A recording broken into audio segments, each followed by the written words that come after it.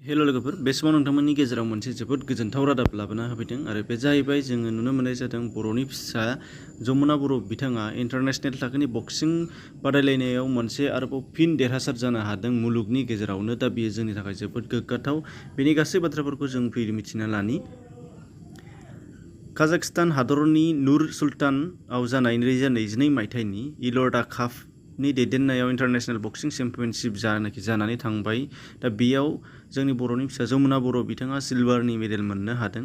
दा बेयो जोंनि थाखाय जोबोद गोग्गाथाव, जायखौ जोङो आसाम नाङै एबा भारत नाङैनो जोंनि हादरनि थाखाय जोबोद गोग्गाथाव आरो हारिनि थाखाय गोग्गाथाव होननानै जों साननो हायो। नाथाय दासिम जोंनि बेलायाव गुबुनफ्रा जिहेतु फोसावनाय गैया, बेखायनो नोंथांमोनाबो जा हायो फोसावनो हानांगोन।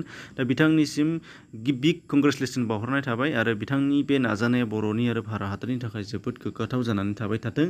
दा बेनिफ्राय आरो बिथाङा देरहाखांनायनि उनाव गावनो बिथाङा पस्ट होना होदों फेसबुक पेजनि बेलायाव। नोंथांमोना बाहाय मा होदों नायना लानो हागोन गावनो।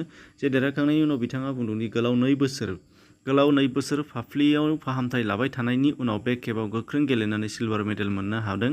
अदेबानि बेखिनियावनो बिथाङा जेननानै थायाखै एबा गोजोननानै थायाखै। बिनि थाखाय इयुनाव आरोबाव सनानि मेडेल लानो थाखाय बिथाङा जुजिबाय थागोन। दा बे बाथ्राखौ बिथाङा बुंथिनानै लादों गावनि फाहामथाय लानाय आरो देरहानायनि मोननै फट' सावगारि पस्ट होनायनि गेजेरजों।